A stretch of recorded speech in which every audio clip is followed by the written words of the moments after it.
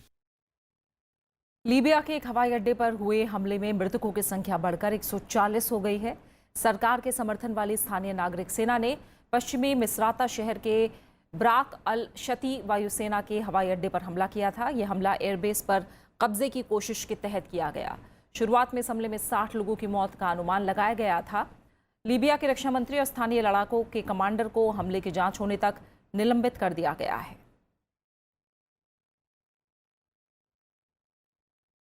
अफगानिस्तान के पूर्वी लोगर प्रांत में कल सड़क किनारे हुए एक बम विस्फोट में 11 लोगों की मौत हो गई। मरने वालों में महिलाएं और बच्चे शामिल थे। धमाके में 3 लोग घायल हुए हैं। घायलों का अस्पताल में इलाज चल रहा है। प्रांतीय गवर्नर मोहम्मद हलीम फेदाई ने बताया कि विस्फोट में मारे गए लोग एक ही परिवार के थे। वो एक शादी समारोह में शामिल होने जा रहे थे। बात खेलों की। भारतीय अंडर 17 फुटबॉल टीम ने कल खेले गए मैच में इटली की अंडर 17 टीम को 2-0 से हरा दिया। भारत की ये जीत ऐतिहासिक है क्योंकि टीम ने अंडर 17 फुटबॉल में पहली बार इटली को हराया है। भारत की तरफ से अभिजीत सरकार ने 31वें मिनट में, जबकि राहुल प्रवीण ने 80वें मिनट में गोल दागे। भारतीय खिलाड़ियों ने मैच में ज्यादातर समय अपना दबदबा बनाए रखा और कई मौके बनाए। भारत की ये जीत इस लिहाज से बेहद खास है क्योंकि इसी साल भारत में फीफा अंडर 17 वर्ल्ड कप होना है और यह टूर्नामेंट 6 अक्टूबर से 28 अक्टूबर के बीच खेली जानी है। भारतीय कंपाउंड पुरुष तीरंदाजी टीम ने शंघाई में सत्र के पहले विश्व कप के फाइनल में जगह बना ली है। अभिषेक वर्मा, चिन्नाराजू श्रीधर और अमनजीत सिंह की भारतीय तिकड़ी ने करीबी सेमीफाइनल मुकाबले में रियो वाइल्ड, स्टीव एंडरसन और ब्रेडन गेलेंथियन की अमेरिकी टीम को 232-230 से हराया। खिताबी मुकाबले में आज भारतीय टीम का मुकाबला कोलंबिया से होगा।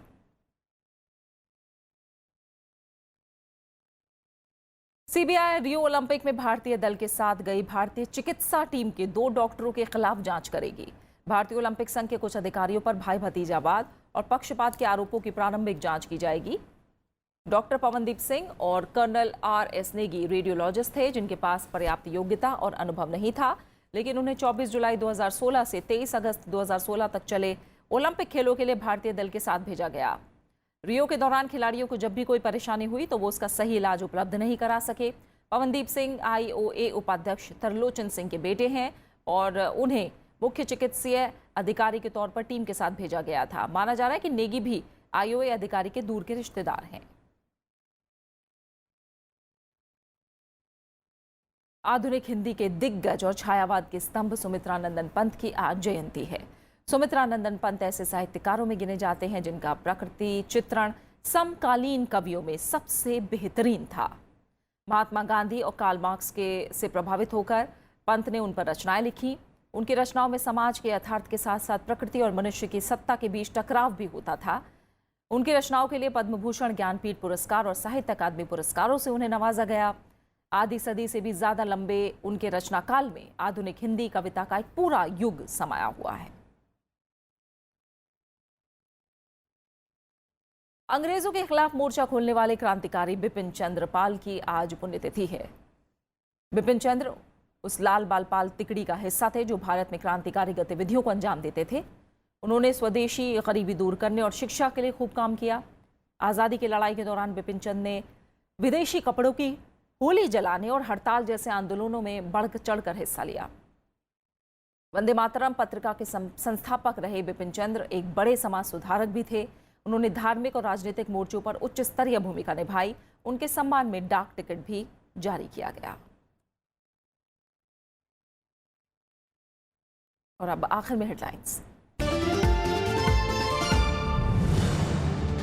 लश्कर से पैसा लेने की जांच में जुटी NIA, हुर्रियत नेताओं से भी होगी पूछताछ। प्रवर्तन निदेशालय का शब्बीर शाह को समन।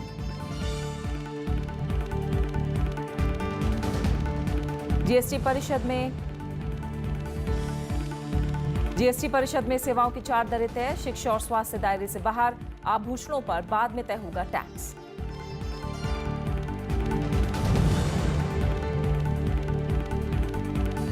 गृहमंत्री करेंगे भारत चीन सीमा सुरक्षा मुद्दों की समीक्षा। गंगटोक में 5 राज्यों के मुख्यमंत्रियों के साथ बैठक। भारत तिब्बत सीमा पुलिस के समन्वय पर जोर।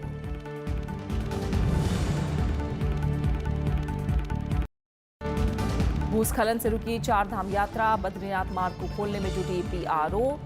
हजारों यात्रियों को सुरक्षित जगह पहुंचाया गया।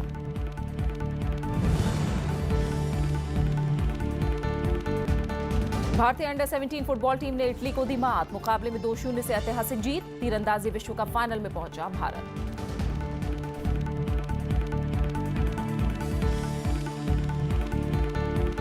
और इसी के साथ फिलहाल खबरों में इतना ही। आगे देखिए राष्ट्रीय सुरक्षा। नमस्कार।